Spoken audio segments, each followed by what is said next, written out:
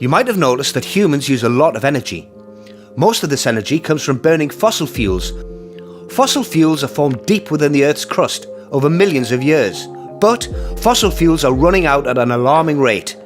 When this happens, we'll be left with some big problems, unless we can find other ways of producing enough energy to satisfy our ever-increasing needs. Over the last 50 years, investment in renewable energy has increased massively, and currently, about 19% of the UK's power output comes from renewable energy sources.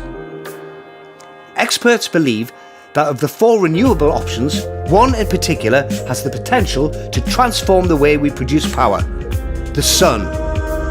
The sun delivers more energy to the surface of the Earth every day than we use in a whole year. We just need to find cleverer ways to harvest it.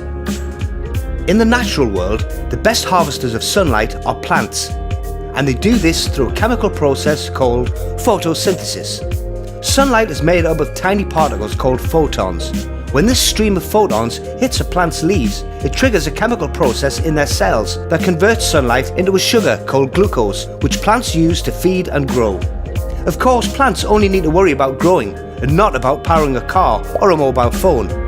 But there are ways that we can copy what plants do by using technology to convert sunlight into a fuel source.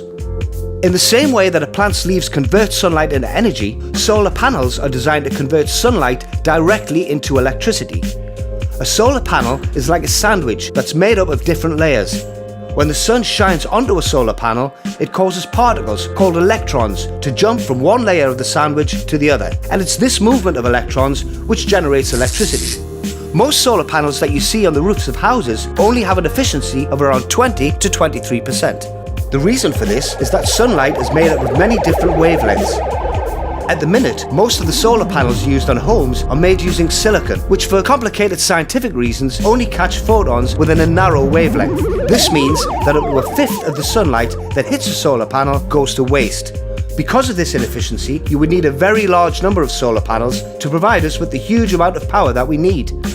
Another drawback to electricity is that the only way to store it is in batteries. Batteries go flat over time, and whilst they're great for powering your Walkman or your torch, when it comes to something bigger, like a plane, they just don't provide the power output that we need. There might be other ways of using sunlight to produce energy, and one way to do this might be to use the electricity generated by solar panels to directly power a process called water splitting. Water is one thing on Earth that we have plenty of. Water is made up of 2 separate elements, hydrogen and oxygen.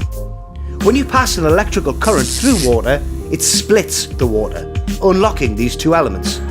Hydrogen is the most abundant substance in the universe, and in gaseous form, hydrogen is highly flammable, providing a much more powerful fuel source than electricity.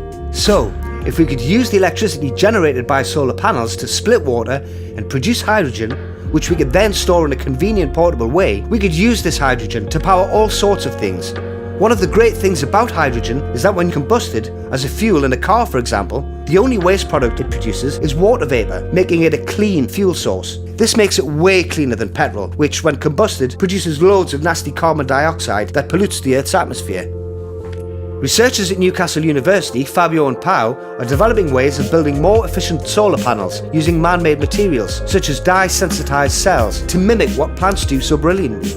These dye-sensitised cells can capture more sunlight than current solar cells and therefore can generate more electricity. In theory, this electricity could be used to power water splitting on a large scale, producing lots of lovely hydrogen that we can use as a clean, renewable fuel source. So let's recap. Fossil fuels are dirty and they're running out. The sun gives us awesome amounts of energy that we need to work out clever ways to harvest.